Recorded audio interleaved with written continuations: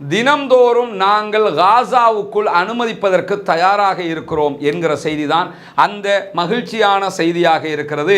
சுமார் 7000 ட்ரக்குகள் அங்கே நிறுத்தப்பட்டிருக்கிறது என்பதுதான் யதார்த்தமான ஆச்சரியமான உண்மையாக இருக்கிறது. மஸ்ஜிதுல் அக்ஸா தொடர்பாக சில சிகப்பு மாடுகளை பலியிட இருப்பதான செய்திகள் வெளியாகி கொண்டிருக்கிறது. இந்த செய்திகள் தொடர்பாக சொல்லுங்கள் என்று பல சகோதரர்கள் கேட்டிருந்தீர்கள். பல பேர் தொழுகைக்கு உள்ளே நுழைய விடாமல் தடுக்கப்பட்டும் சுமார் 1,20,000 பேர் தொழுகைகளில் கலந்து கொண்டிருக்கிறார்கள். இன்றைய தினம் ஒரு முக்கியமான பட்டியல் வெளியாகி இருக்கிறது. காசாவில் இருக்கக்கூடிய குழந்தைகள்ல 1000 பிள்ளைகள் ஒரு கால் அல்லது 2 கால்களையும் இழந்தவர்களாக இருக்கிறார்கள் என்கிறது பாலஸ்தீன செஞ்சிலுவை சங்கம். குழந்தைகளை கூட சிறையில் அடைத்து வைத்து அநியாயம் செய்யக்கூடிய பச்சை துரோகிகள் யாராக இருக்கிறார்கள் என்றால் இஸ்ரேலிய ஆக்கிரமிப்பு பயங்கரவாத இராணுவமாகத்தான் இருக்கிறது. இன்றைய தினம் காசாவிலே நடக்கக்கூடிய வார் சம்பந்தமாக டொனால்ட் ட்ரம்ப் ஒரு செய்தியை சொல்லி இருக்கிறார்.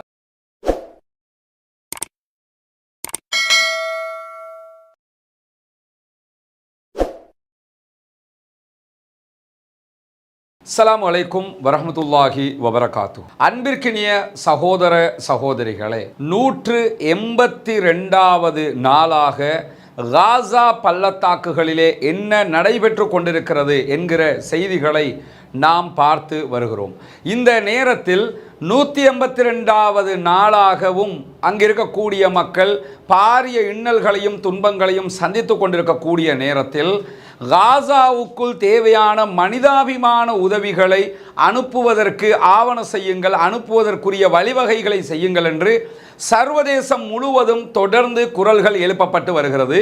காசா பள்ளத்தாக்குக்குள் நுழையக்கூடிய எந்த விதமான வழிகளையும் திறப்பதற்கு தயாரில்லை என்று இஸ்ரேல் அறிவித்திருந்தது மட்டுமல்லாமல் இதுவரை காலமும் வான்வழியாக மாத்திரம் ஒரு சில உணவுகள் போடப்பட்டிருக்கிறதே தவிர வேறு எந்த விதமான உணவுப் பொருட்களும் காசாவுக்குள் நுழையவில்லை என்பது நம் அத்தனை பேருக்கும் தெரியும். குறிப்பாக 7000க்கு மேற்பட்ட ட்ரக்குகள் காசாவிலே குறிப்பாக ரஃபா பார்டரிலே நிறுத்தி வைக்கப்பட்டிருக்கிறது, தயார் நிலையில் இருக்கிறது உள்ளே நுழைவதற்கு.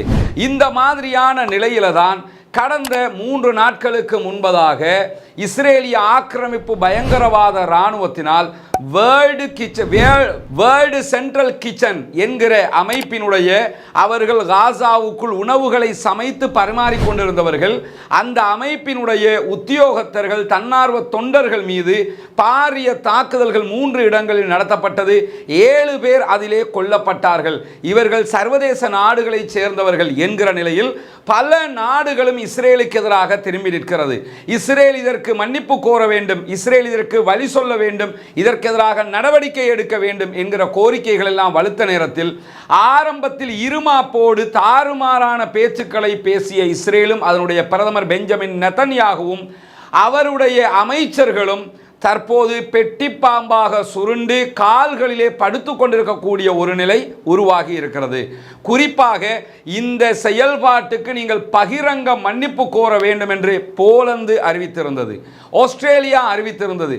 இப்படி பல நாடுகளும் அறிவித்த நிலையில் எங்களுடைய தரப்பால் நடந்தது மிகப்பெரிய தவறுதான், அதற்கு நாங்கள் சம்பந்தப்பட்ட அதிகாரிகளுக்கு நடவடிக்கை எடுப்போம் என்று இன்றைக்கு சில அதிகாரிகளை பதவி நீக்கம் செய்திருப்பதாகவும் இஸ்ரேல் அறிவித்திருக்கிறது.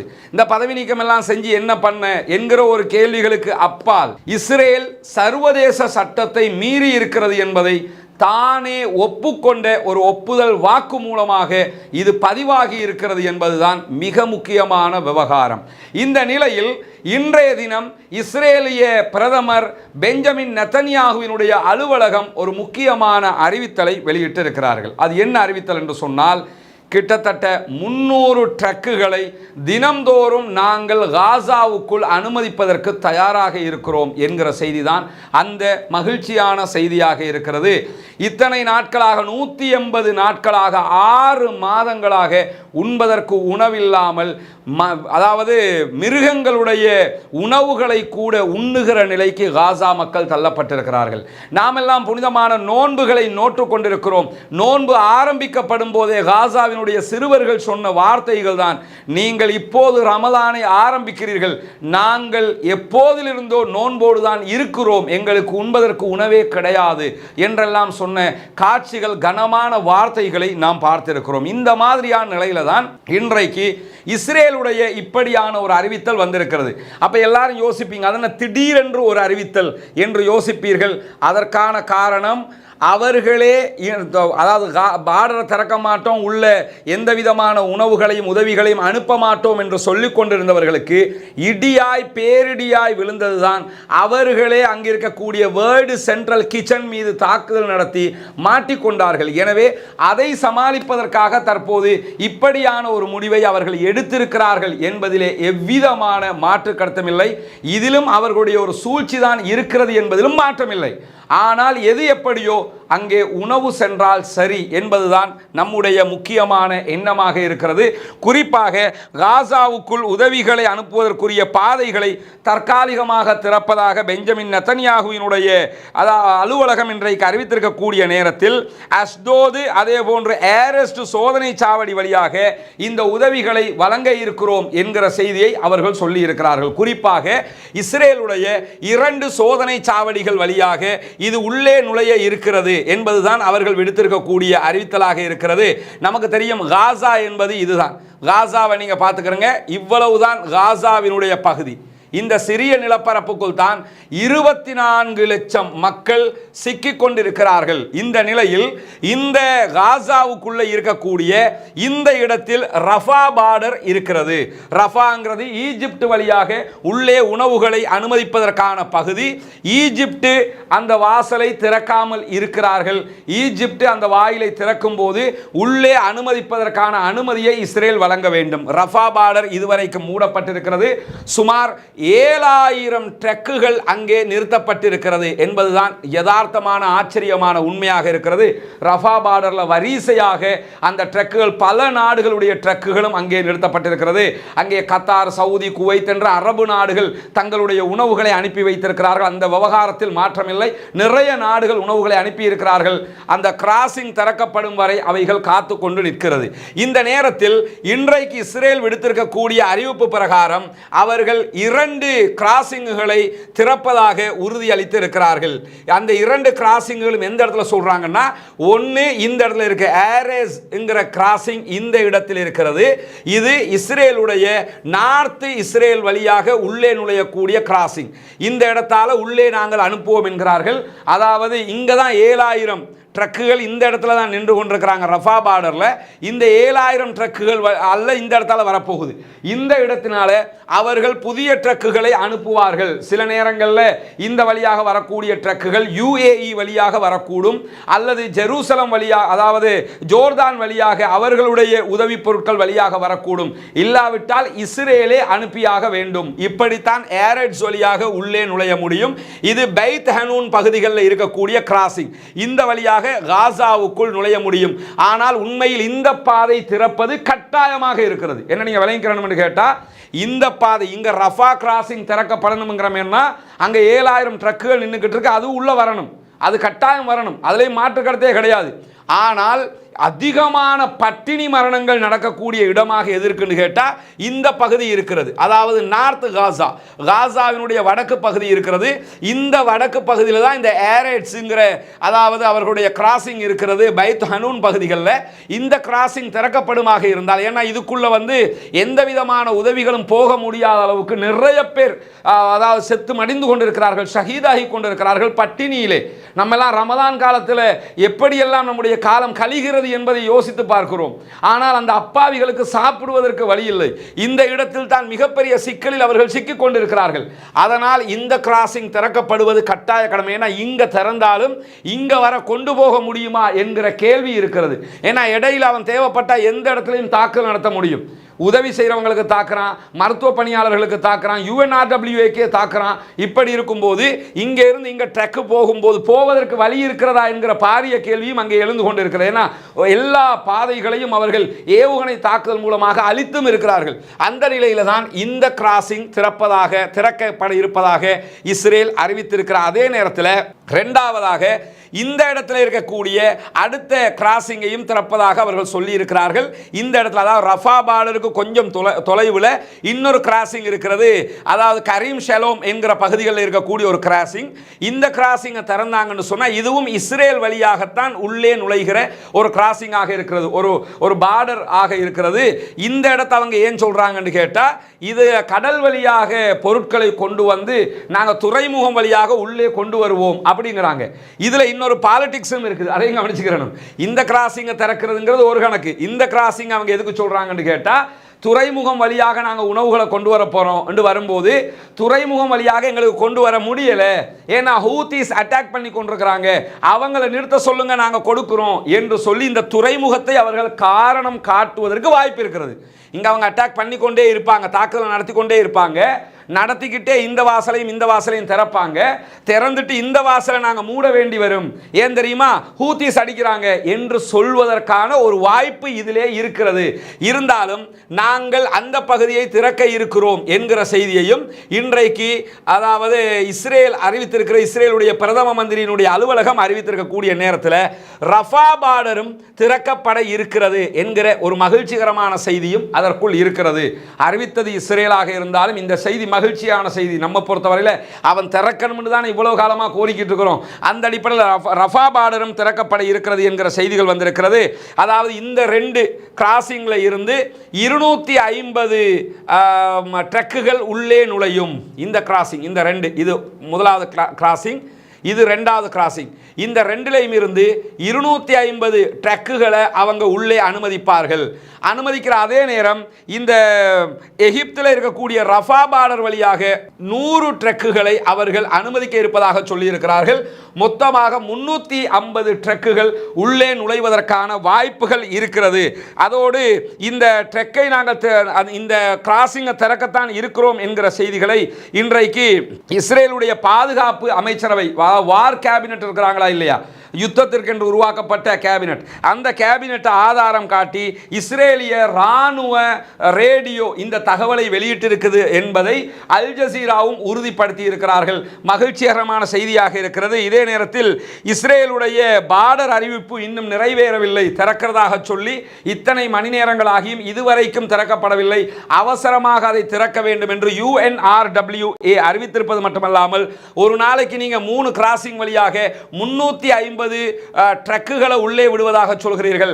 அது பத்தாது, ஒரு நாளைக்கு 500 ட்ரக்குகள் உள்ளே வந்தாலும் காசாவில் இருக்கக்கூடிய பாலஸ்தீன மக்கள் படுகிற கஷ்டத்திற்கு அவர்களுடைய உணவுகள் பத்தாமல் போகலாம். ஊட்டச்சத்து குறைபாடு பெரிய அளவில் அவர்களுக்கு ஏற்பட்டு கொண்டிருக்கிறது. எனவே அதை தடுப்பதற்கு 350 அல்ல 500 ட்ரக்குகள் உள்ளே வந்தாலும் போதாது. எனவே அதிகமான ட்ரக்குகளை உள்ளே வர அனுமதிக்க வேண்டும் என்கிற கோரிக்கையையும் இன்றைக்கு பல ஆய்வாளர்களும் பல நாடுகளும் கூட இன்றைக்கு வெளியிட்டுக் கொண்டிருக்கிறது. காசாவுக்குள் பெரும்பாலும் இந்த உணவுப் பொருட்கள் வருவதற்கான வாய்ப்புகள் தற்போது ஏற்பட்டிருக்கிறது. அல்ஹம்துலில்லாஹ், அல்லாஹ்வுக்கே எல்லா புகழும். நம்முடைய பிரார்த்தனைகளை அல்லாஹ் கைவிடவில்லை. நம்முடைய பிரார்த்தனைகளுக்கு பலனுக்கு மேல் பலன் கிடைக்க இருக்கிறது என்கிற ஒரு நம்பிக்கை பிறக்கிறது. அல்லாஹ்வே போதுமானவன். அந்த மக்களுக்கு உணவு கிடைக்க வேண்டும். இந்த கிராசிங்குகள் அறிவித்தலை போலவே திறக்கப்பட வேண்டும் என்கிற பிரார்த்தனை அல்லாஹ்விடத்திலே கையேந்துங்கள். அந்த கிராசிங் திறக்கப்படும் போதுதான் அவர்களுக்கு விமோசனம் கிடைக்கும், உணவு சற்று கிடைப்பதற்கு வாய்ப்பு இருக்கிறது. புனிதமான நோன்பு பெருநாளையாவது அவர்கள் சந்தோஷமாக கொண்டாடுவதற்கான வாய்ப்பு கிடைக்கும். அல்லாஹ்விடத்திலே கையேந்துங்கள். இந்த அறிவிப்பு உண்மையாக மாற வேண்டும் என்பதுதான் அனைவருடைய கோரிக்கையுமாக இருக்கிறது. பல நாடுகளும் இந்த அறிவிப்பை இன்றைக்கு வரவேற்கக்கூடிய நேரத்தில் இன்றைய தினம் என்னவெல்லாம் காசாவில் நடந்து கொண்டிருக்கிறது என்கிற செய்திகளை தொடர்ந்து நாம் பார்க்க பார்க்க இருக்கிறோம். அதாவது புனிதமிக்க வெள்ளிக்கிழமை, வெள்ளிக்கிழமைன்னா ரமலானுடைய கடைசி வெள்ளிக்கிழமையை நேற்றைய தினம் காசா மக்கள் சந்தித்திருக்கிறார்கள், முழு உலகமும் சந்தித்திருக்கிறது. இந்த ரமலானுடைய கடைசி வெள்ளிக்கிழமை என்பது சர்வதேச குதுஸ் தினமாக கொண்டாடப்படுகிறது, அனுஷ்டிக்கப்படுகிறது. அங்கே நடந்த அநியாயங்களை சர்வதேசத்திற்கு சொல்லுகிற, குறிப்பாக மஸ்ஜிதுல் அக்ஸாவை பாதுகாக்கிற ஒரு விவகாரமாக பேசப்படுகிற ஒரு தினமாகவும் அது இருக்கிறது. இந்த நேரத்தில் இந்த மஸ்ஜிதுல் அக்ஸாவை அழிக்கும் முகமாக மஸ்ஜிதுல் அக்ஸா தொடர்பாக சில சிகப்பு மாடுகளை பலியிட இருப்பதான செய்திகள் வெளியாகி கொண்டிருக்கிறது. இந்த செய்திகள் தொடர்பாக சொல்லுங்கள் என்று பல சகோதரர்கள் கேட்டிருந்தீர்கள். இன்ஷா அல்லாஹ் பெரும்பாலும் நாளைய தினம் இது தொடர்பான ஒரு விரிவான செய்தியை சொல்வதற்கு நாம் தயாராக இருக்கிறோம் என்கிற செய்திகளோடு, காசாவின் மீதான தாக்குதலை தொடர்கிற அதே நேரம் மஸ்ஜிதுல் அக்ஸாவில் தொழுகைக்காக செல்கிறவர்கள் மீதும் தாறுமாறான தாக்குதல்களை இஸ்ரேலிய பாதுகாப்பு பயங்கரவாத ராணுவம் நடத்தி கொண்டிருக்கக்கூடிய நேரத்தில் ஜும்மா தொழுகைக்காக சென்றவர்கள், நம்ம சொல்லியிருந்தோம் வியாழக்கிழமை அசருக்கே பள்ளிவாசலுக்குள் பல்லாயிரக்கணக்கான மக்கள் நுழைந்து விட்டார்கள். மகரிபு, அதாவது நோன்பு திறக்கிற ஏற்பாடு அங்கே செய்யப்பட்டிருந்தது.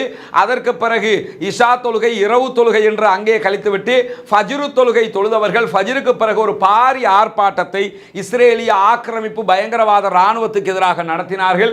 அந்த ஆர்ப்பாட்டத்தில் கலந்து கொண்ட பல சகோதரர்கள் கைது செய்யப்பட்டிருக்கிறார்கள், அடக்குமுறைக்கு உள்ளாக்கப்பட்டிருக்கிறார்கள். சில இடங்களில் துப்பாக்கி சூடு நடத்தி இருக்கிறது இஸ்ரேலிய ஆக்கிரமிப்பு பயங்கரவாத ராணுவம். எல்லாவற்றையும் தாண்டி தொழுகைக்காக வந்தவர்கள் மீது கண்ணீர் புகை தாக்குதல் நடத்தி இருக்கிறார்கள்.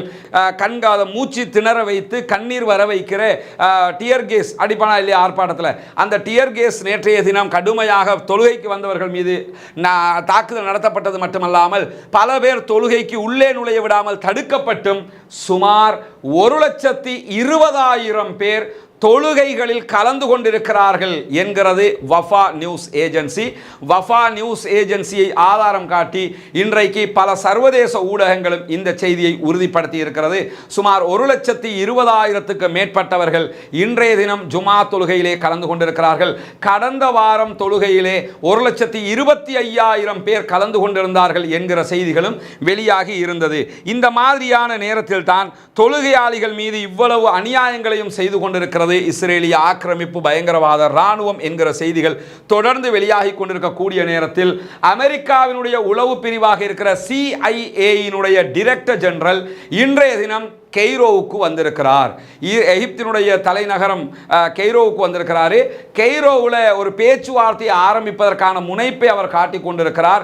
ஈஜிப்டு, அமெரிக்கா, கத்தார் இணைந்த ஒரு பேச்சுவார்த்தையாக ஹமாஸையும் இஸ்ரேலையும் ஒரு சமாதான உடன்படிக்கைக்கு கொண்டு வருவதற்கான முயற்சியை மீண்டும் செய்வதாக அவர் சொல்லியிருக்கிறார். நன்றாக ஒன்றை நினைவில் கொள்ளுங்கள், அவங்க எத்தனை பேச்சுவார்த்தையை நடத்தினாலும் சுதந்திர பாலஸ்தீனம், நிரந்தர யுத்தம், காசாவிலிருந்து அத்தனை இஸ்ரேலிய ராணுவமும் வெளியேறுவது, மொத்தமான உதவிகளை காசாவுக்குள் அனுமதிப்பது, இந்த நிபந்தனைகளை தாண்டி இஸ்ரேலோடு எந்தவிதமான பேச்சுக்களும் கிடையாது என்பதை திட்டவட்டமாக பலமுறை அறிவித்து விட்டது ஹமாஸ். எனவே அவர்கள் பேச்சுவார்த்தைக்கு என்னதான் முனைப்படுத்தாலும் பேச்சுவார்த்தை ஆரம்பிக்கப்பட வேண்டும் என்றால் இந்த நிபந்தனைகளுக்கு அவர்கள் ஒப்புக்கொள்ள வேண்டும் என்பதுதான் ஹமாஸினுடைய நிபந்தனையாக இருக்கிறது என்கிற நிலையில் இன்றைய தினம் ஒரு முக்கியமான பட்டியல் வெளியாகி இருக்கிறது. காசாவில் இருக்கக்கூடிய சிறுவர்களுடைய நிலை என்ன, காசாவில் மாணவர்களுக்கு ஏற்பட்டிருக்கக்கூடிய நிலை என்ன என்பதையெல்லாம் இன்றைக்கு ஒரு ஆய்வு செய்தியாகவே குறிப்பாக யுனிசெஃபினுடைய ஆதாரங்களை முன்வைத்து அல் ஜசீரா வெளியிட்டிருக்கிறது. அந்த ஆய்வு செய்திகளை நீங்கள் இங்கே பார்க்க முடியும். குறிப்பாக காசாவில் இருக்கக்கூடிய 10 பாடசாலைகளில் 8 பாடசாலைகள் அழிக்கப்பட்டுள்ளன என்கிறது யுனிசெஃப். ஸ்கூல்களை மொத்தமாக காசாவில் இருக்கக்கூடிய 100 பாடசாலைகளில் 80% பாடசாலைகள், 100% பாடசாலைகளில் 80% பாடசாலைகள் மொத்தமாகவே அழிக்கப்பட்டிருக்கிறது. அதாவது அடுத்த ஜெனரேஷன் உருவாகிவிடக் கூடாது என்பதில் மிக கவனமாக இருக்கிறது இஸ்ரேல் என்பதை புரிந்து கொள்ளுங்கள். கல்வி எவ்வளவு முக்கியமானது, கற்றுக்கொள்வது எவ்வளவு முக்கியமானது. இந்த கல்வி காசா மக்களுக்கு கிடைத்துவிடக் கூடாது. கிடைத்த காரணத்தினால் தான் நம்மை ஆட்டி படைத்து கொண்டிருக்கிறார்கள். எனவே அடுத்த ஜெனரேஷன் முட்டாள்களுடனான ஜெனரேஷனாக உருவாக வேண்டும் என்பதுதான் இஸ்ரேலுடைய எதிர்பார்ப்பு. இது காசாவுக்குரியது மட்டுமல்ல, இதை பார்க்கக்கூடிய அத்தனை நண்பர்களும் அன்பர்களும் முஸ்லிம்களாக இருக்கலாம், முஸ்லிம் இல்லாத சகோதரர்களாக இருக்கலாம், அனைவரும் கவனத்தில் கொள்ளுங்கள். கல்வி மட்டுமே கை கொடுக்கும். கற்றுக்கொள்வதில் ஆர்வம் செலுத்த வேண்டும். அனைத்து பிள்ளைகளுக்கும் கல்வி கிடைக்க வேண்டும். ஒருவனுடைய கல்வியை இல்லாதொழிப்பதுதான் மிகப்பெரிய மனித உரிமை மீறல். அந்த மனித உரிமை மீறலில் தான் தற்போது இஸ்ரேல் காசாவிலே முழுமையாக ஈடுபட்டு வருகிறது. அதே மாதிரி இன்றைக்கு வெளியாக இருக்கக்கூடிய இன்னொரு ஆய்வு தகவலை பாருங்கள். 6,25,000 மாணவர்கள் கல்வி கற்க வாய்ப்பில்லை என்கிறது ஐநாவினுடைய அறிக்கை பிரகாரம் சுமார் 6,25,000 மாணவர்களுக்கு கல்விகளை கற்றுக்கொள்வதற்கு வாய்ப்பே இல்லை. அந்த அளவுக்கு அவங்களோட எதிர்காலமே சூனியமாகி போயிடுச்சு, எதிர்காலத்தையே நாசமாக்கி விட்டார்கள் என்கிற அறிவிப்பை நாம் பார்க்க முடியும்.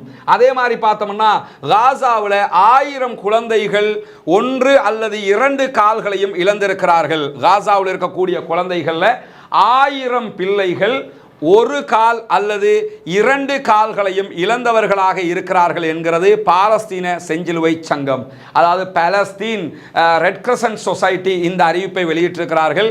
இத்தனை பல்லாயிரக்கணக்கான குழந்தைகள் மரணித்திருக்கிற அதே நேரம் இந்த 1000 குழந்தைகள் 1 கால் அல்லது 2 கால்களையும் இழந்திருக்கிறார்கள். அல்லாஹுவே அவர்களுக்கு அருள் புரிய போதுமானவன். அல்லாஹ்விடத்தில் பிரார்த்திப்பதை தவிர வேறு ஒன்றும் கிடையாது. மனதை நோகடிக்கிற முக்கியமான செய்திகளாக இருக்கிறது. அதே மாதிரி பார்த்தீங்கன்னா காசாவில் 50,000க்கு மேற்பட்ட குழந்தைகள் ஊட்டச்சத்து குறைபாட்டால் பாதிக்கப்பட்டுள்ளன என்கிறது ஐநா சபை. 50,000க்கு மேற்பட்ட குழந்தைகளுக்கு ஊட்டச்சத்து கிடையாது. ஊட்டச்சத்து இல்லைன்னா அந்த புள்ளட நிலைமை என்னத்துக்கு ஆகும் என்பது நான் உட்பட அத்தனை பெற்றோர்களுக்கும் தெரியும். நம்ம மாதிரி இலங்கை மாதிரி நாடுகள் இந்த ஊட்டச்சத்து குறைபாடுகள் வந்துவிடக் கூடாது என்பதற்காகவே பல விதமான முயற்சிகளையும் அரசாங்கங்கள் முன்னெடுத்து வரும். குறிப்பாக 3 போஷா வரைக்கும் அவங்க இலவசமாக தருவதற்கான காரணம் என்னன்னா இந்த மாதிரி ஊட்டச்சத்துக்கள் வந்துவிடக் கூடாது என்பதற்காக.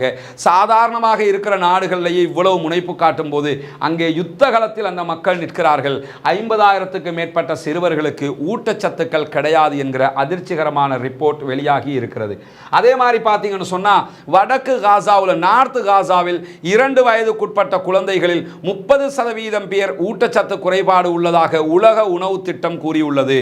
இது நார்த் காசாவில் இருக்கக்கூடிய வடக்கு காசாவை நீங்க எடுத்துக்கிட்டீங்கன்னா 2 வயதுக்கு உட்பட்ட 2 வயதுக்கு மேற்பட்டவங்க 2 வயதுக்கு உட்பட்ட பிள்ளைகளே 30% பேர் ஊட்டச்சத்து குறைபாட்டினால் பாதிக்கப்பட்டிருக்கிறார்கள். அவர்களுக்கு தேவையான வைட்டமின்கள், அவர்களுக்கு தேவையான எந்த விதமான ஊட்டச்சத்துக்களும் கிடைக்காமல் இருக்கிறது என்கிற செய்திதான் இன்றைக்கு வெளியாகி இருக்கிறது. அதே மாதிரி இதுவரைக்கும் பட்டினியால் 31 குழந்தைகள் இறந்துள்ளதாக பாலஸ்தீன ரெட் கிரசன்ட் சொசைட்டி தெரிவித்திருக்கிறது.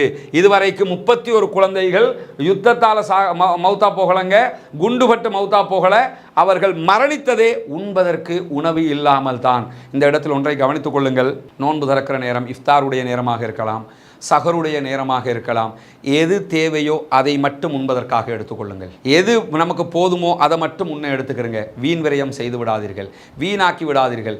1 ரூபாய் பணமாக இருந்தாலும் உணவாக இருந்தாலும் அதை வீணாக்கி விடாதீர்கள். அல்லாஹு தாலா திருமறை குர்ஆனிலே நமக்கு கற்றுத்தரக்கூடிய செய்திதான் குலு வஷ்ரபு வலா துஸ்ரிஃபு. உண்ணுங்கள், பருகுங்கள், வீண் விரயம் செய்து விடாதீர்கள்.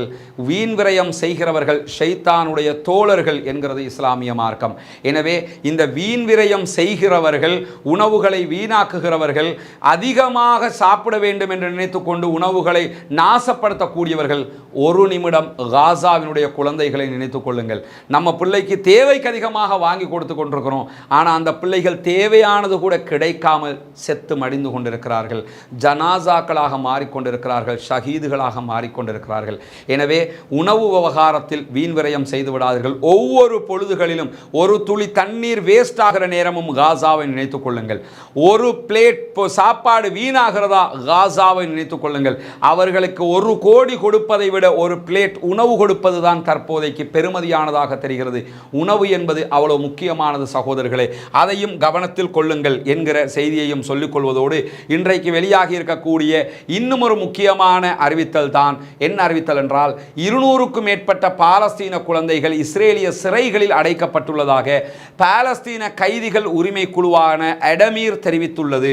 குழந்தைகளை கூட சிறையில் அடைத்து வைத்து அநியாயம் செய்யக்கூடிய பச்சை துரோகிகள் யாராக இருக்கிறார்கள் என்றால் இஸ்ரேலிய ஆக்கிரமிப்பு பயங்கரவாத இராணுவமாகத்தான் இருக்கிறது. 200க்கும் மேற்பட்ட அப்பாவி குழந்தைகளை சிறையிலே அடைத்திருக்கிறார்கள். யோசிச்சு பாருங்க, நம்ம பிள்ளைக்கு இந்த நிலைமை வந்தா எப்படி இருக்கும்? எந்த குற்றமும் செய்யாதவர்கள், எந்தவித பிழையும் செய்யாதவர்கள், எந்தவித தவறுகளும் செய்யாதவர்கள், அநியாயமாக 200 குழந்தைகள் சிறையிலே இருக்கிறார்கள். சிறையில் இருப்பதை போன்ற ஒரு வழி இருக்கிறதா உலகத்தில்? அவ்வளவு கொடுமையானது இஸ்ரேலுடைய சிறைகள். அவ்வளவு அநியாயம் செய்கிறார்கள் என்கிற செய்திகளை நம்ம பார்த்தோம். அதாவது இரும்பு கம்பிகளை பின்துவாரத்தில் நுழைக்கிறார்கள் என்று அந்த சிறையிலிருந்து விடுதலையான அந்த நேரத்தில் 40 நாட்களில் உள்ளே இருந்த சிறை கைதிகள் விடுதலை செய்யப்பட்டாங்களா இல்லையா? பாலஸ்தீன கைதிகள் விடுதலை செய்யப்பட்டு வந்த பல பெண்கள் தெரிவித்த செய்தி என்னன்னா, இரும்பு கம்பிகளை பின்துவாரத்தில் நுழைத்தார்கள். இதை விட பல கொடுமைகளையும் செய்ததாக அவர்கள் அன்றைய தினங்களில் செய்திகள் வெளியிட்டதை பார்க்க முடியும். சிலதை நம்மளால் சொல்ல முடியலை. இவ்வளவு அநியாயங்களை அங்கே செய்து கொண்டிருக்கிறது இஸ்ரேலிய பயங்கரவாத இராணுவம் என்கிற நிலையில் இந்த அநியாயங்களுக்கெல்லாம் கண்டிப்பாக அவர்கள் ஒரு நாள் அல்லாஹ்விடத்திலே பதில் சொல்ல வேண்டும். இந்த உலகுக்கும் அவர்கள் பதில் சொல்ல வேண்டும். ஜனநாயக ரீதியாக இதற்கு எதிராக பல நாடுகளும் குரல் கொடுத்து கொண்டிருக்கிறார்கள். கண்டிப்பாக அவர்கள் இதற்கெல்லாம் பதில் சொல்லியாக வேண்டிய ஒரு நிலை ஏற்படும் என்பதிலே எந்த மாற்று கருத்தும் இல்லை. மறவாமல் அல்லாஹ்விடத்திலே பிரார்த்தனை செய்யுங்கள், அல்லாஹ்விடத்திலே கையேந்துங்கள். புனிதமிக்க ரமலானுடைய மாதத்திலே ஒற்றைப்படை இரவுகளை நாம் நெருங்கி கொண்டு தாண்டி கொண்டு போய் கொண்டிருக்கிறோம். இந்த ஒற்றைப்படை இரவுகள் என்பது 1000 மாதங்களை விட சிறந்தது என்று நபிகள் நாயகம் ஸல்லல்லாஹு அலைஹி வஸல்லம் அவர்களும் திருமறை குர்ஆனும் நமக்கு கற்றுத்தந்திருக்கிறது. எனவே 1000 மாதங்களை விட சிறந்த நாட்களை, சில நேரம் 21வது நோன்பு 23வது நோன்புகளில் அதை நாம் கடந்தும் இருக்கலாம், அல்லது இனிமேல் கடப்பதற்கான வாய்ப்புகளும் இருக்கிறது. எனவே 29வது நோன்பு என்றொன்றும் இருக்கிறது. புனிதமிக்க லைலத்துல் கத்ர் 29லும் வரலாம். ரசூலுல்லாஹி ஸல்லல்லாஹு அலைஹி வஸல்லம் அவர்கள் ஒற்றைப்படை இரவுகளில் லைலத்துல் கத்ரை தேடுங்கள் என்று சொன்னார்கள். 27இல் மாத்திரம் தேடுவதற்கான நாள் அல்ல அது. 25இல் தேட வேண்டும், 23இல் தேட வேண்டும், 21இல் தேட வேண்டும், 29இலும் தேட வேண்டும். இந்த ஒற்றைப்படை நாட்களில் எதிலேயாவது அது நாம் அதை அடைய முடியும். அப்படி அடைந்து விட்டோம் என்றால் நம்முடைய பிரார்த்தனைகளை அல்லாஹ் தஆலா அங்கீகரிக்கிற போது அது மிகப்பெரிய பாக்கியமாக அமைந்துவிடும். அந்த ஒற்றைப்படை இரவுகளில் இந்த மக்களுக்காக பிரார்த்தனை செய்வதற்கு மறந்து விடாதீர்கள் என்கிற செய்திகளையும் இந்த இடத்திலே சொல்லிக் கொள்ளுகிற அதே நேரம் இன்றைக்கு காசாவிலே என்னவெல்லாம் மேலதிகமாக நடக்கிறது என்பதை பார்த்தோம் என்று சொன்னால், இன்றைய தினம் காசாவிலே நடக்கக்கூடிய வார் சம்பந்தமாக டொனால்ட் ட்ரம்ப் ஒரு செய்தியை சொல்லி இருக்கிறார். நமக்கு தெரியும் ட்ரம்பை பற்றி, நமக்கு மட்டுமில்லை உலகத்துக்கே தெரியும் ட்ரம்ப் யார் என்று சொல்லி. ட்ரம்ப் எவ்வளவு பெரிய அரலூசு என்பது அமெரிக்கர்களுக்கே தெரியும். அமெரிக்காவில் ஜனாதிபதி தேர்தல் நடந்து முடிந்து வெற்றி கிடையாது, இவர் தோத்துட்டாருங்கிற அறிவிப்பு வந்ததுக்கு பிறகு என்னவெல்லாம் ட்ரம்ப் அங்கே பண்ணினாரு என்பதை மார்க் ஜக்கர்பர்க்கிட்ட கேட்டாலே சொல்லிடுவாப்புல. அத்தனை சமூக ஊடகங்களும் இவரை வெளியேற்றுகிற அளவுக்கு ஒரு அரக்கிற்கனாக சுத்தக்கூடிய ஒரு ஆள் தான் ட்ரம்ப். இன்றைக்கு ட்ரம்ப் அறிவித்திருக்கக்கூடிய எலெக்ஷனுங்கிறதுனால ட்ரம்பை பொறுத்தவரையில் 100% இஸ்ரேலுக்கு சப்போர்ட்டிவாக, அநியாயத்திற்கு துணையாக நிற்கக்கூடியவர். இதே நேரத்தில் ஜோ பைடன் மாத்தான் செஞ்சுக்கிட்டு இருக்கிறாரு, அதில் எந்த மாற்று கருத்தும் இல்லை. அப்படி இருக்கும்போது ட்ரம்ப் இன்றைக்கு சொல்லியிருக்கக்கூடிய செய்தி என்னன்னா, எதற்காக இந்த யுத்தத்தை இஸ்ரேல் ஆரம்பித்ததோ அதை நடத்தி முடித்தே ஆக வேண்டும் அப்படின்னு சொல்லி இன்றைக்கு ட்ரம்ப் சொல்லியிருக்கிறார். எக்காரணம் கொண்டு யுத்தத்தை நிறுத்தக்கூடாது, நீங்கள் நடத்தி முடிச்சே ஆகணுங்கிறாரு. ஏன்னா அந்த இஸ்ரேலுக்கு ஆதரவாக இருக்கக்கூடியவர்களுடைய வாக்கு வங்கியை பெற்றுக்கொள்வதற்காக, இஸ்ரேலுடைய உதவியை பெற்றுக்கொள்வதற்காக, இஸ்ரேலை ஆதரிக்கிற நாடுகளுடைய உதவிகளை பெற்றுக்கொள்வதற்காக, ட்ரம்ப் மீண்டும் அரியணை ஏறிக்கொள்வதற்காக இப்படி ஒரு பாய்ச்சலை ட்ரம்ப் இன்றைக்கு வெளியிட்டிருக்கிறார் என்கிற செய்திகள் இன்றைக்கு வெளியாகி இருக்கிற அதே நேரம் இன்றைக்கு ஒரு முக்கியமான செய்தியும் வெளியாகி இருக்கிறது. அது என்ன செய்தி என்று சொன்னால், இஸ்ரேலுடைய 2 மொசாத் உளவாளிகளை மீண்டும் கைது செய்திருக்கிறது துருக்கி. துருக்கியை பொறுத்தவரையில் இந்த வார் ஆரம்பிக்கப்பட்டதிலிருந்து இதுவரைக்கும் 40க்கு மேற்பட்ட இஸ்ரேலுடைய மொசாத் உளவாளிகளை கைது செய்திருக்கிறார்கள். அதனுடைய தொடரில் தான் இன்றைய தினமும் 2 பேரை நாங்கள் கைது செய்திருக்கிறோம் என்கிற செய்தியை துருக்கி உளவுத்துறை, அதாவது துருக்கியினுடைய உளவு பிரிவு வெளியிட்டிருக்கிறது. மொசாதை சேர்ந்தவர்கள் இவர்கள் என்கிற செய்திகள் இன்றைக்கு வெளியாகி இருக்கக்கூடிய நேரத்தில் துருக்கி மிக துல்லியமான இன்னொரு அறிவிப்பையும் வெளியிட்டிருக்கிறது. அந்த அறிவிப்பு என்னன்னு சொன்னால், துருக்கி உட்பட பாலஸ்தீன பகுதிகளுக்கு வெளியிலே வாழக்கூடிய ஹமாஸினுடைய உறுப்பினர்களை தாக்குதல் நடத்தி இஸ்ரேல் மொசாது கொல்ல நினைத்தால் கடுமையான விளைவுகளை மொசாது சந்திக்க நேரிடும் என்கிறது துருக்கி. இன்றைக்கு துருக்கி இந்த பலமான ஒரு அறிவித்தலை வெளியிட்டிருக்கிறார்கள். பலமல் அவங்க ஹமாஸை ஆதரிக்கிறாங்க, பாலஸ்தீனத்தை ஆதரிக்கிறாங்கிறது ஒரு கணக்கு. ஆனால் இந்த மாதிரியான ஒரு அறிவிப்பை அவர்கள் வெளியிடுவது என்பது ஒரு பலம் வாய்ந்தது. ஏன்னா நமக்கு தெரியும், மலேசியா பிரதமர், மலேசிய பிரதமரும் தெளிவாக நாங்கள் காசா மக்கள் பக்கம் நிற்கிறோம், பாலஸ்தீன் பக்கம் நிற்கிறோம் என்கிற அறிவிப்பை விடுத்திருந்தார்கள். கடந்த சில நாட்களுக்கு முன்பதாக, ஒரு 2-3 வீக்குக்கு முன்பதாக ஜெர்மன் போயிருந்தார் மலேசியாவினுடைய பிரதமர்.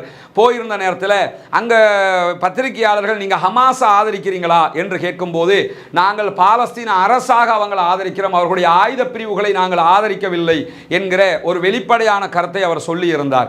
இப்படி அவர் சொல்லியிருந்த நேரத்தில் மிக தெளிவாக அர்துகானுடைய துருக்கி இன்றைக்கு என்ன சொல்லியிருக்கிறது என்று சொன்னால், நீங்கள் அதாவது மொசாதுக்கு சொல்றாங்க, துருக்கிக்கு உள்ளேயோ அல்லது பாலஸ்தீனத்திற்கு வெளியே வேறு எந்த நாடுகள்லையோ பாலஸ்தீன மக்களை, குறிப்பாக ஹமாஸினுடைய ஆட்களை எங்காவது கொல்வதற்கான முயற்சிகள் நடைபெற்றால் நீங்கள் கடுமையான விளைவுகளை எதிர்கொள்வீர்கள். அதாவது சொல்லுவாங்கள்ல, உள்ளூருக்குள்ளே ஓனான் பிடிக்க முடியலை, உகாண்டாவில் போய் உடும்பு பிடிக்க போகிறாங்களாம். அது மாதிரி உள்ளூருக்குள்ளே இருக்கிற ஹமாஸை அழிக்க முடியலை, அவங்களோட யுத்தம் பண்ணி நாட்டை அவங்க கைப்பற்ற போனதாக சொன்னவங்களை கைப்பற்ற முடியலை, பணைய கைதிகளை மீட்டெடுக்க முடியலை.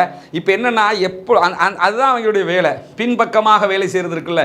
இப்போ எப்படியாவது என்ன பார்க்குறாங்கன்னு கேட்டால், எந்த விதத்தில் ஹமாஸினுடைய தலைவர்கள் அழிக்கிறது, அழிச்சிட்டோம்னா நம்ம ஏதாவது பண்ணிடலாம். தலைவர்களை அழிப்பதால் ஒரு போராட்டத்திற்கு முற்றுப்புள்ளி வைக்க முடியுமா என்றால் கண்டிப்பாக அது நடக்காது.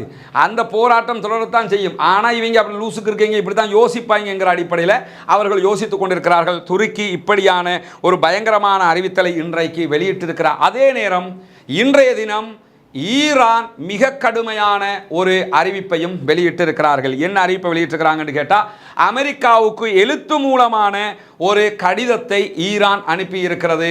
நெதன்யாகுவினுடைய பொறிக்குள் சிக்கிக்கொள்ளாதீர்கள், நெதன்யாகு உங்களை ஏமாற்றுகிறார், அதற்குள் மாட்டிக்கொள்ளாதீர்கள், எங்களுடைய பதிலடி மிக கடுமையானதாக இருக்க போகிறது, நெதன்யாகுக்கும் இஸ்ரேலுக்கும் கண்டிப்பாக நாங்கள் பதிலடி கொடுத்தே தீருவோம் என்கிற மிக துல்லியமான ஒரு அறிவிப்பை ஈரான் மிக தெளிவாக அமெரிக்காவுக்கு அனுப்பி இருக்கிற அதே நேரம் அமெரிக்கா இதிலிருந்து விலகி நிற்க வேண்டும் என்கிற எச்சரிக்கையும் அவர்கள் சொல்லியிருக்கிறார்கள். நீங்கள் உள்ள வந்தீங்கன்னா உங்களுக்கு மடிப்போம் என்பதை சொல்லாமல் சொல்லியிருக்கிறாங்க. நாங்கள் இஸ்ரேல் மேலே தாக்குறது கன்ஃபார்ம், பழிக்கு பழி வாங்கிய தீருவோம், அது எப்படி இருக்க போகிறதுங்கிற நீங்கள் பார்க்கத்தான் போறீங்க. ஆனால் இதிலிருந்து நீங்கள் ஓரமாக நின்று விளையாடுங்க, உள்ள வந்துடாதீங்க, நீங்கள் உள்ள வந்தீங்கன்னா உங்களையும் நாங்கள் திருப்பி அடிப்பதற்கு தயங்க மாட்டோம் என்று வரலாற்றில் முதல் தடவையாக அமெரிக்காவுக்கு சொல்லாமல் சொல்லி இருக்கிறது ஈரான். சொன்னது மட்டுமல்லாமல் அமெரிக்கா அதற்கு கொடுத்த பதிலாக இன்றைக்கு வெளியாகி இருக்கக்கூடிய மிக முக்கியமான தகவல் என்னன்னு சொல்லி சொன்னா, அமெரிக்காவினுடைய எந்த விதமான முகாம்களையோ, அமெரிக்காவினுடைய எந்த விதமான அமெரிக்க சப்போர்ட்டர்ஸ்களையோ எங்கும் நீங்கள் தாக்குதல் நடத்த வேண்டாம் என்று அவர்கள் இன்றைக்கு ஈரானிடம் கேட்டுக்கொண்டிருக்கிறார்கள். அமெரிக்கா பேஸுக்கு தாக்காதீங்க, அமெரிக்காவினுடைய கப்பல்களுக்கு தாக்காதீங்க, அமெரிக்காவினுடைய நலன்களுக்கு தாக்காதீங்க, நீங்க சொன்ன மாதிரியே நாங்கள் ஓரமானு விளையாடிக்கிறோம் அப்படின்னு சொல்லி இன்றைக்கு அமெரிக்கா சொல்லி இருக்கிறது. ஏன்னா அமெரிக்காவை பொறுத்தவரையில் ஆல்ரெடி ஹூத்திகளோட அவங்க பெரிய ஒரு ஓரை சந்திச்சுக்கிட்டு இருக்கிறாங்க. ஹூத்திகளோட ரெட்சியில பெரும் செலவழிக்கப்பட்டு அந்த யுத்தம் நடைபெற்று வருகிறது. இப்படியான நேரத்தில் இஸ்ரேலுக்கு பெருந்தொகை ஆயுதங்களை அவர்கள் கொடுத்து கொண்டிருக்கிறார்கள். அப்படியான சர்ச்சைகள் எல்லாம் வருகிற போது மீண்டும் ஈரானோடு ஒரு பிராந்திய யுத்தம் ஏற்படுமாக இருந்தால் அது அமெரிக்காவுக்கே மிகப்பெரிய பிரச்சனையாக மாறும். என ஆல்ரெடி ரஷ்யா உக்ரைன் மீது தாக்குதல் நடத்துகிறது. உக்ரைன் அமெரிக்காவையும் அதன் நேச நாடுகளை நம்பித்தான் அந்த தாக்குதலை எதிர்கொண்டு வருகிறது. எனவே அமெரிக்காவுக்கு அது மிகப்பெரிய ஒரு பின்னடைவாக மாறும் என்கிற கண்ணோட்டம் கூட ஈரானிடமிருந்து அவர்கள் ஒதுங்கி நிற்பதற்கு காரணமாக அமைந்திருக்கலாம். இன்றைக்கு அமெரிக்கா இப்படியான ஒரு அறிவித்தலை விடுத்திருக்கிற அதே நேரத்தில் இன்றைய தினம் ஹூதிகள் தாக்கிய பாலிஸ்டிக் ஏவுகணை தாக்குதல்களை இன்றைக்கும் நாங்கள் முறியடித்திருக்கிறோம் என்கிற செய்தியை அமெரிக்கா சொல்லியிருக்கிறது. ஹூதிகளை பொறுத்தவரை அவங்க தொடர்ந்து அமெரிக்கா மீதும் அமெரிக்காவினுடைய ஆதரவு பெற்ற கப்பல்கள் மீதும் இஸ்ரேலுடைய ஆதரவு பெற்ற கப்பல்கள், இஸ்ரேலுடைய கப்பல்கள் மீது தொடர்ந்து அவர்கள் தாக்குதல் நடத்தி வருகிறார்கள். இன்றைக்கும் அவர்கள் அந்த தாக்குதலை நடத்தி இருக்கிறார்கள் என்கிற செய்திகளும் வெளியாகி இருக்கிற அதே நேரத்தில் நமக்கெல்லாம் தெரியும், காசா மக்களுக்காக ஏப்ரல் 10ஆம் தேதி வரைக்கும் உதவிகளை நீங்கள் கொடுப்பதற்கான ஒரு வாசலை திறந்து தந்திருக்கிறது இலங்கையினுடைய அரசாங்கம். இலங்கை அரசாங்கம் வெளியிட்டிருக்கக்கூடிய காசா சில்ட்ரன் ஃபண்டுக்கு நீங்கள் உங்களால் முடிந்த உதவிகளை ஏப்ரல் மாதம் 10ஆம் தேதி வரைக்கும் வழங்க முடியும். கடந்த 3ஆம் தேதி இலங்கை ஜனாதிபதி ரணில் விக்ரமசிங்க அவர்கள் UNRWAவிடம் இலங்கை சார்பாக 1 மில்லியன் 10 லட்சங்கள் அமெரிக்க டாலர்கள் வழங்கி இருக்கிறார். 1 மில்லியன் US டாலர்களை UNRWA இடத்தில் கொடுத்திருக்கிறார். இந்த பணம் நம்மிடமிருந்து வசூல் பண்ணப்பட்ட பணம் அல்ல, அரசாங்கத்தினுடைய சொந்த பணம். இஃப்தார்களை நாங்கள் நடத்த மாட்டோம் என்று சொல்லியிருந்தார்கள். ஜனாதிபதி அலுவலகத்தில் இஃப்தார் நடத்தப்படாது என்று அறிவித்திருந்தார்கள். அந்த பணங்களை எல்லாம் நாங்கள் காசாவுக்கு கொடுக்க போறோம் என்று சொல்லியிருந்தாங்க. அந்த அடிப்படையில் முதல் கட்டமாக 1 மில்லியன் US டாலர்களை அவர்கள் UNRWAவிடம் ஒப்படைத்திருக்கிறார்கள். நம்ம கிட்ட இருந்து வசூல் பண்ணக்கூடிய பணங்களை இனிமேல் தான் அவர்கள் ஒப்படைப்பார்கள். ஏப்ரல் மாதம் 10ஆம் தேதி வரைக்கும் நேரம் இருக்கிறது. இன்னும் 5 நாட்கள் இருக்கிறது. அவசரப்படுத்துங்கள். இது இன்றைக்கு நம்ம கேள்விப்பட்டோம், காத்தான்குடியில் இருக்கக்கூடிய பல பள்ளிவாயல்கள் சமூக வலைதளங்களை நம்ம பார்க்குறோம், நிறைய பணங்களை வசூல் பண்ணி இந்த நிதியத்திற்கான ஏற்பாடுகளை செய்து கொண்டிருக்கிறார்கள். கல்முனையில் இருக்கக்கூடிய பள்ளிவாயல்கள் அந்த மாதிரியான காரியங்களை செய்துக்கிட்டு இருக்கிறாங்க. வவுனியாவில் இருக்கக்கூடிய பள்ளிவாயல்கள் களத்தில் இறங்கி செஞ்சுக்கிட்டு இருக்கிறாங்க. கொழும்பு பெரிய பள்ளிவாயலும் அண்மையிலே ஒரு தொகை பணத்தை UNRWAக்கு கொடுப்பதற்காக இலங்கை அரசாங்கத்தினுடைய காசா சில்ட்ரன் ஃபண்டுக்கு கொடுத்திருந்தாங்க. இப்படி பள்ளிவாயல்கள் வழியாக இது ஒரு நல்ல முன்னேற்றகரமான ஒரு நிகழ்வாக இருக்கிறது. அல்லாஹ் அவர்களுக்கெல்லாம் அருள் புரிய வேண்டும். இப்படி மற்ற ஊர்களில் இருக்கக்கூடிய பள்ளிவாயல்களும் இந்த முனைப்பை எடுங்கள். ஊர்களில் இருக்கக்கூடிய சமூக அமைப்புகள் முனைப்படுங்க. நீங்களே வசூல் பண்ணி இலங்கை அரசாங்கத்தினுடைய காசா சில்ட்ரன் ஃபண்டுக்கு நீங்கள் அதை கொடுக்க முடியும். அப்படி கொடுக்கிற போது ஒரு பெருந்தொகை பணம் அவர்களுக்கு போய் சேரும். அல்லாஹ் நாடு இன்றைக்கு இஸ்ரேல் வெளியிட்டிருக்கிற அறிவிப்பு பிரகாரம் கிராசிங்கள் திறக்கப்படுகிற போது மிக வேகமாக அவர்களுக்கான உணவுகள் போய் சேருவதற்கான வாய்ப்பாகவும் அது அமையும். இல்லாது போயிடும் UNRWA காசாவுக்காகவே உருவாக்கப்பட்ட ஒரு அமைப்பு, ஐநாவினுடைய அமைப்பு. அவர்கள் கண்டிப்பாக அந்த பணத்தை அதற்குத்தான் பயன்படுத்த போகிறார்கள். அவர்களுக்கு பணம் கொடுக்காமல் பல நாடுகள் ரத்து செய்யப்பட்டிருக்கக்கூடிய நேரத்தில் இந்த உதவிகள் அவர்களுக்கு போய் சேர்ந்தால் பெரும் உதவியாக இருக்கும். சகோதரர்களே, உங்களால் 1000 ரூபா தான் முடியும்னாலும் இந்த நான் பேசுகிற என்னுடைய இந்த கட்டத்துக்கு முன்னாடி அந்த அரசாங்கத்தினுடைய அக்கவுண்டினுடைய விவரம் கொடுக்கப்படும். காசா சில்ட்ரன் ஃபண்ட். சில சகோதரர்கள் நாங்கள் பேங்க்கில் போய் பார்க்குறோம், காசா சில்ட்ரன் ஃபண்டுன்னு சொல்லி அக்கவுண்ட் நேம் கிடையாதுங்கிறாங்க. அவர்கள் உருவாக்கியிருக்கிற ஃபண்டுக்கு பேர் காசா சில்ட்ரன் ஃபண்டுன்னு உருவாக்கியிருக்கிறாங்க. அதாவது இலங்கை அரசாங்கத்தினுடைய தலைமை செயலகத்தினுடைய ஒரு அக்கவுண்ட் நம்பர் தான் அதில் கொடுக்கப்பட்டிருக்கு. அது முன்னால் உங்களுக்கு காட்சிப்படுத்தப்படும். கண்டிப்பாக 1000 ரூபா முடியுமா கொடுங்க, 200 ரூபா தான் முடியுமா கொடுங்க, 500 ரூபா தான் முடியுமா கொடுங்க, 10 லட்சம் முடியுமா கண்டிப்பாக கொடுங்க. எவ்வளவு உங்களுக்கு அந்த அக்கவுண்ட்டுக்கு போட முடியுமோ தாராளமாக கொடுத்து உதவுங்கள். அது போகுமா போகாதா, இதில் என்ன விவரம் என்ன ஏதுன்னா அது தனியாக இன்றைக்கு ஒரு இன்டர்வியூ ஒன்று நடத்தப்பட்டிருக்கு. டெய்லி ஸ்லோனோடு நடத்தப்பட்ட நம்முடைய பேட்டி நிகழ்ச்சி ஒன்று இருக்குது. அதை தனியாக நம்முடைய சோஷியல் மீடியா பக்கங்களில் நம்ம போடுவோம். அதை நீங்கள் பார்க்கும்போது அதிலே சந்தேகம் இருக்கிற சகோதரர்களுக்கான தெளிவுகள் கிடைப்பதற்கான வாய்ப்பு இருக்கிறது. எனவே அந்த வீடியோவை நீங்கள் பாருங்கள். பார்ப்பதினூடாக உங்களுக்கு இந்த காசா சில்ட்ரன் ஃபண்டுக்கான உதவிகளை செய்வதற்கான இன்னும் அதிக ஆர்வங்கள் ஏற்பட வாய்ப்பு இருக்கிறது. வல்ல ரஹ்மான் நம்முடைய எண்ணங்களை பொறிந்து கொள்வானாக, நம்முடைய முயற்சிகளை ஏற்றுக்கொள்வானாக. புனிதமிக்க ரமதானுடைய காலத்திலே நாம் செய்கிற இந்த பணிகளை அல்லாஹு தஆலா ஏற்றுக்கொள்ள வேண்டும் என்கிற ஆசையில் தான் இந்த செய்திகள் உங்களுக்கு சொல்லப்படுகிறது. எனவே அனைவரும் அந்த காசா மக்களுக்காக பிரார்த்தனை செய்யுங்கள், அவர்களுக்காக உதவி செய்யுங்கள், அந்த மக்களுக்காக நிமிர்ந்து நில்லுங்கள், ஜனநாயக ரீதியாக அந்த மக்களுக்காக குரல் கொடுங்கள். அவர்களுக்காக நாம் பிரார்த்தனை செய்ய வேண்டும். பிரார்த்தனை மட்டும்தான் செய்யவும் முடியும். ஜனநாயக ரீதியாக அந்த மக்களுக்காக நாம் குரல் எழுப்ப முடியும்.